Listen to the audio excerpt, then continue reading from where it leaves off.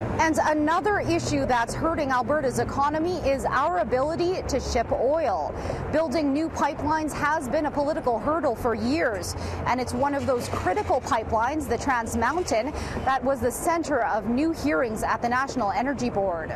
The Federal Court of Appeal decision was very specific for the NEB's role, which was to reconsider certain aspects of the Canadian Environmental Assessment. Another round of hearings on the Trans Mountain Pipeline project here at the National Energy Board's head office.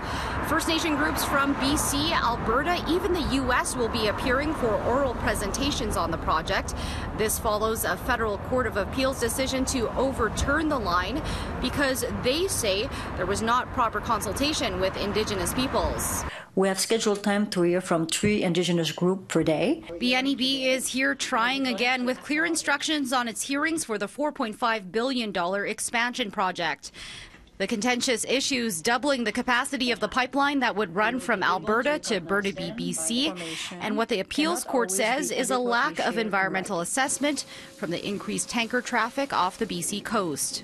It did consider it under the National Energy Board Act, which has a much broader set of parameters that it can consider.